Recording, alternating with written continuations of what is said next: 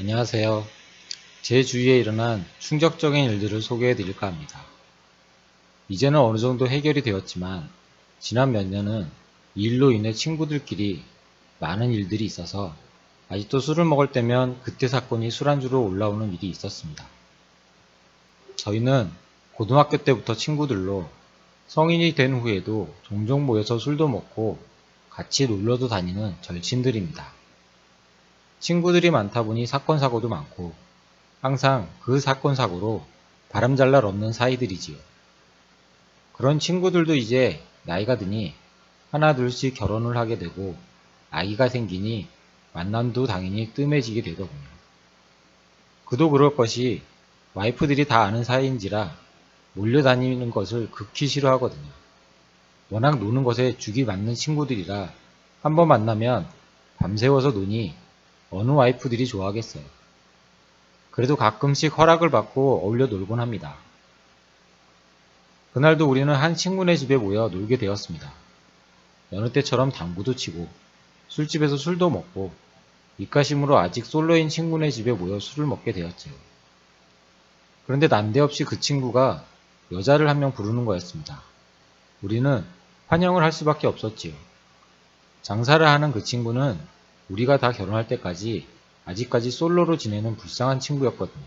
와이프들이 친구도 몇 명 소개해줬지만 워낙 쑥맥인 친구라 다 잘 안되던 터라 이 새벽에 여자를 소개시켜줄 정도면 결혼까지도 생각한 여자이겠구나를 느꼈지요. 잠시 후 나타난 여자분에게 우리는 꽤 놀랐습니다. 화장도 진하게 하고 옷차림도 범상치 않게 노출이 심한 의상을 입고 왔습니다. 그래도 우리는 그 친구의 여자친구이기에 최대한 예의 있게 하려고 노력을 했습니다. 간만에 사귄 친구의 여자친구이기에 괜히 쓸데없는 말로 둘 사이를 어색하게 하지 않으려 최대한 말을 아껴서 할 수밖에 없었지요. 하지만 오히려 그 여자친구분은 더 들떠서 저희에게 다가왔습니다. 나이도 저희보다 한참은 어려서 게임을 하자며 이런저런 게임을 하면서 술을 마시다 보니 거나하게 취하게 되었지요. 여자친구는 너무 취했다며 친구에게 집에 바래다 달라고 하더군요. 술을 잘 못 먹는데 게임을 하다가 술을 오버해서 먹은 건지 몸도 제대로 못 가누더군요. 그렇게 우리는 친구를 보내줬습니다. 딴짓하지 말고 데려다주고 바로 와라 하는 농담도 건넸고요. 그날 친구는 외박을 했습니다. 우리도 술을 많이 마신 터라 친구를 기다리지 못하고 다들 잠이 들었는데 아침에 일어나 보니 그때까지도 들어오지 않더군요. 우리는 전화를 해보았지만 친구는 전화를 받지 않았습니다. 우리들은 애들도 아니고 알아서 하겠지 하며 대충 집을 치우고 다들 헤어졌습니다. 한 달여 지났을까? 그 친구가 술을 한잔 하자며 연락이 왔습니다. 시간이 되는 몇몇이 모여 술을 먹게 되었지요. 그러던 중 그 친구가 갑자기 나 결혼할 것 같다 라는 거였어요. 우리는 다들 야 축하한다. 그래 그때 그 여자분이야? 며 축하를 해주었지요. 그런데 친구의 표정이 영 안 좋았습니다. 결혼을 하게 되면 기뻐해야 하는데 뭔가 사연이 있는 표정이었습니다. 그래서 우리는 그 친구에게 무슨 일이 있었냐며 캐물었습니다. 그러자 그 친구는 그간의 사정을 이야기하더군요. 그 여자친구가 임신을 했다고 얼마 전에 알려왔다더군요. 더 황당한 건 그 여자친구를 만난 게 몇 달 전 어느 모임에서인데 그 당시엔 그 여자친구가 그 모임의 다른 사람과 있던 때였다더군요. 친구는 꽤 섹시하고 쾌활한 여자라 관심이 갔지만 그래도 사귀는 사람이 있어서 그냥 관심을 끊었다더군요. 그런데 모임에 나갈 때마다 그 여자는 자기를 많이 챙겨줬답니다. 남자친구가 옆에 있는데도 불구하고 오히려 이 오빠처럼 좀 다정하게 해달라며 팔짱도 끼고 거침없이 대했다더군요. 그렇게 몇 번 모임을 나간 후 우리와 전에 만나기 며칠 전에 집 앞으로 찾아와 술을 한 잔 사달라더니 대뜸 자기와 사귀어 달라고 했다더군요.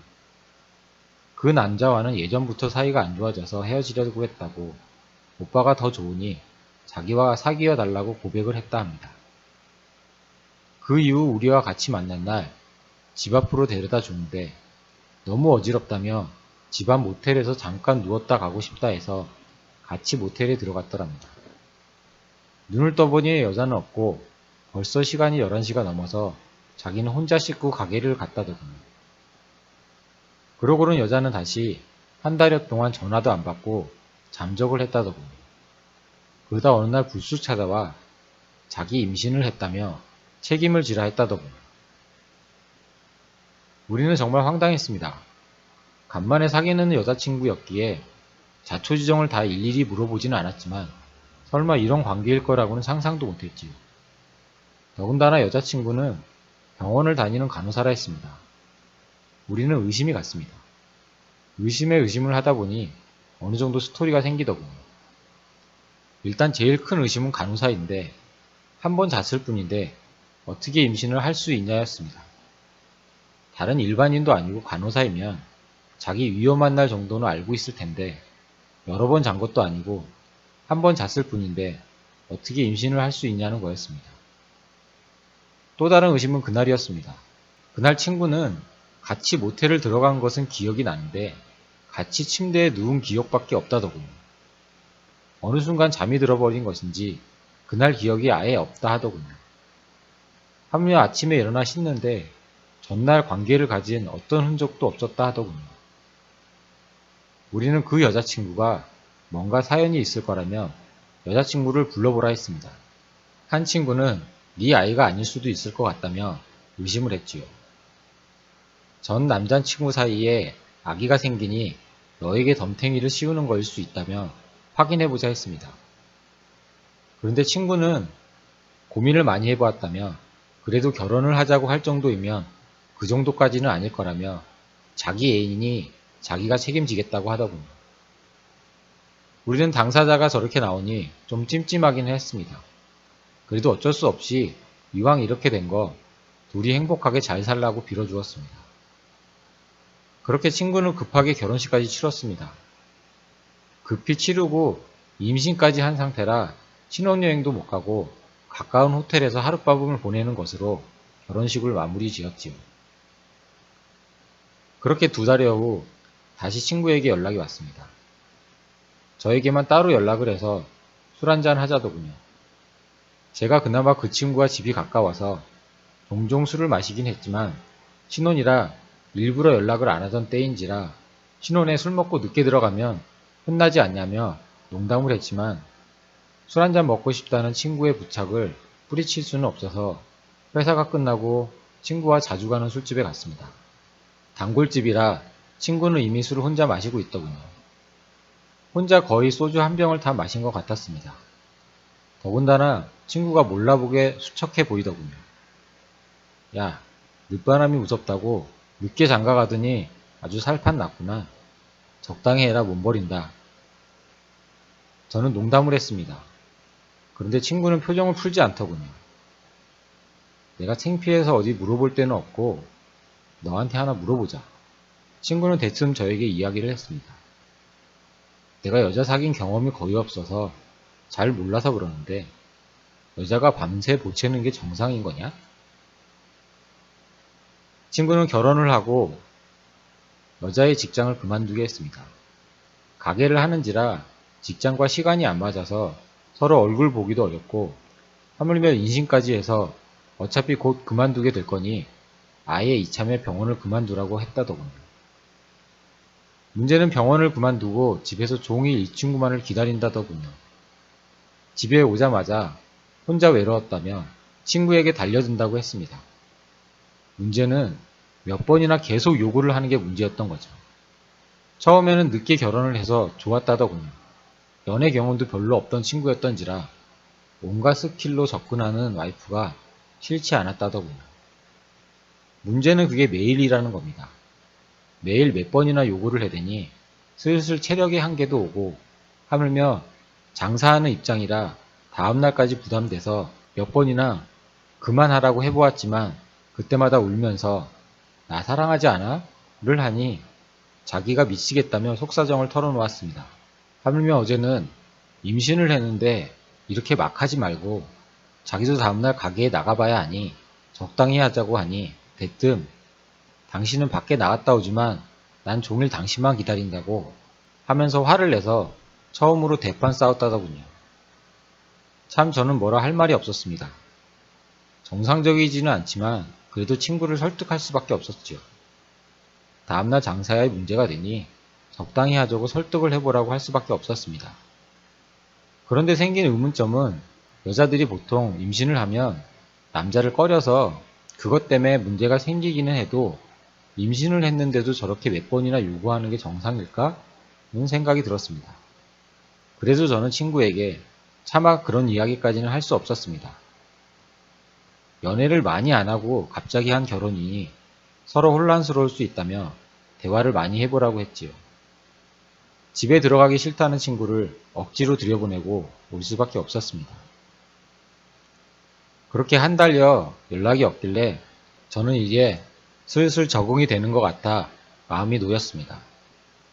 그래서 간만에 연락을 해보았지요. 그렇게 가진 술자리에서 친구는 또 다른 충격적인 이야기를 했습니다. 그 문제로 몇 번이나 다툼이 있다가 어느 날부터 와이프가 밤마다 친구들을 만나러 나간다 하더군요. 심지어는 술까지 마시고 오는 경우도 있다고 해서 저는 놀랐습니다. 임신을 하고 관계를 여러 번 요구하는 것도 그렇고 술까지 마시다니요. 참 너무 어이가 없었습니다. 저는 친구에게 이건 좀 아닌 것 같다고 했지요. 아이가 잘못되기라도 하면 어쩔 거냐며 아직 나이가 어려서 그렇겠지만 잘 다독여서 몸조심해야 한다고 설득하라고 했습니다. 그러면서 처갓집에 이야기해 보았냐고 물었지요. 본인이 설득이 안 되면 처갓집에 도움을 좀 요청해 보라 했습니다. 어머님이 일찍 세상을 뜨셔서 아버님밖에 없다더군요. 하물며 아버님도 몸이 아픈 상태라 도움을 청할 상황도 안 된다고 하더군요. 참 안타까웠습니다. 그러게 애초에 잘 생각하고 결정하라고 했을 때 말을 듣지 그랬냐고 해버리고 싶었지만 차마 그럴 수 없었습니다. 어렵게 늦 결혼을 한 이후로 한 번도 표정이 밝은 것을 보지 못한 친구가 안쓰러웠습니다. 내가 어찌 해줄 길이 없기에 술 생각나면 언제든 연락하라고 위로해 줄 수밖에 없었지요. 대형 사고가 터진 건 그 뒤로 얼마 안 있어서입니다.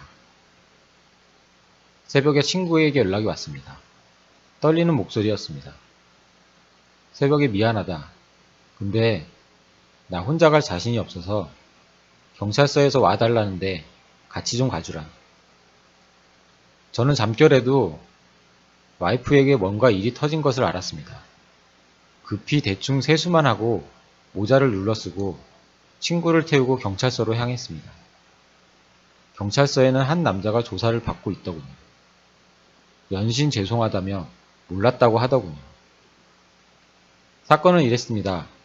친구의 와이프는 나이트를 갔다가 남자를 만나서 모텔까지 갔다더군요. 문제는 모텔에서 관계를 하는 중에 하혈을 해서 친구의 와이프가 기절을 해버렸다더군요. 워낙 강렬하게 관계를 가져서 처음에는 생리 때인가 하는 생각을 했는데 점차 피가 흥건해져서 놀래서 여자를 보니 이미 기절을 해 있었다더군요. 남자는 너무 놀라서 도망을 갔다가 사람이 죽을 수도 있다는 생각에 경찰서에 자수하여 자초지종을 이야기하고 친구의 와이프는 병원으로 실려간 상태라고 하더군요. 친구는 아무 말도 못하고 울기만 했습니다. 아기는 어떻게 됐나요? 한참을 울던 친구가 이내 물어보더군요. 아마 병원에 가셔서 확인을 해보셔야 할 겁니다. 저희도 119를 불러서 병원에 보내기만 해서 상황을 잘 알 수가 없습니다. 다만 생명에는 지장이 없다는 정도만 응급대원에게 이야기를 들었습니다. 그런데 사장님, 이분을 어떻게 하실 건가요? 고소하실 생각이신지. 경찰도 난감한 듯 물었습니다. 그러면서 일부러 남자를 나무라더군요. 아니, 임신 5개월이면 배가 꽤 나왔을 텐데 그런 여자와 잠자리를 가져요? 좀 조심하지. 아니요, 정말 몰랐습니다. 모텔도 그 여자분이 가자고 해서 간 거고 방에 들어가자마자 접치듯 해서 저도 경황이 없었어요. 정말 죄송합니다. 정말 몰랐습니다. 친구는 저 사람이 뭔죄라며 그냥 선처를 해달라고 하고 경찰서를 나왔습니다. 병원에 친구를 태워다 준 저는 친구를 놔두고 올 수밖에 없었지요. 창피해서 같이 못 들어가겠다고 혼자 가겠다는 친구를 그냥 보낼 수밖에 없었습니다. 그렇게 며칠 후 친구는 이혼을 한다는 연락을 해왔습니다. 저는 뭐라 해줄 말이 없었지요. 마음 좀 추스리라는 말밖에 할 수 없었지요. 내심 차라리 잘 됐다라는 생각이 들었습니다. 시작부터 순조롭지 않았고 지내면서 한 번도 행복한 모습을 본 적이 없기에 차라리 빨리 떨치고 다시 시작하는 게 맞을 것 같다는 생각이 들더군요. 한 달여가 지난 후 친구를 다시 보게 되었습니다. 마음고생이 많은 듯 얼굴이 많이 안 돼 보이더군요. 술을 먹으면서 들은 친구의 이혼 과정에 저는 또 한 번 경악할 수밖에 없었습니다. 그날 찾아가 병원에서 정신 차려 있던 와이프에게 충격적인 이야기를 듣게 되었다더군요. 아기가 뱃속에서 잘못되었다는 이야기를 듣고 펑펑 우는 친구에게 당신 아기 아니야. 그러니 그렇게 서럽게 울지 마. 하더라더군요. 아마도 일말의 양심이 남아 있어서 너무 서럽게 우는 친구에게 진실을 이야기하게 된 것일 테지요. 그렇지만 친구는 그게 더 마음의 상처로 남는다 하더군요. 내 아기가 아니어도 자기가 낳아서 잘 키워보려고 했다고.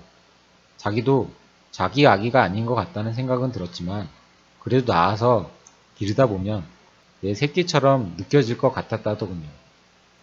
어렵게 한 결혼이라 지푸라기라도 잡는 심정으로 결혼 생활을 유지하고 싶었을 겁니다. 근데 친구의 와이프는 어차피 당신한테 돈 때문에 한 결혼이라고 이렇게 됐으니 얼마만 주면 이혼해 주겠다고 통보를 해왔다더군요. 아버지가 오랫동안 아파서 빚을 진 상황이라 돈이 급해서 돈이 좀 있는 친구를 노린 거였습니다. 친구는 그전에도 아버님 병원비를 하라고 몇 번이나 돈을 보내준 것 같더군요. 친구는 그 돈을 주면서 마음의 정리도 한 것 같았습니다. 저는 차라리 이렇게 깔끔하게 끝난 게 다행이라고 여겨졌습니다. 처음부터 돈 보고 한 결혼이니 유지를 하면 할수록 점점 더 힘들어졌을 테니까요. 저도 그날 참 많이 같이 울었습니다. 처음에는 그러게 우리가 말릴 때 좀 듣지 그랬냐고 나무라다가 그 친구의 여린 마음이 안쓰러워 같이 울 수밖에 없었지요.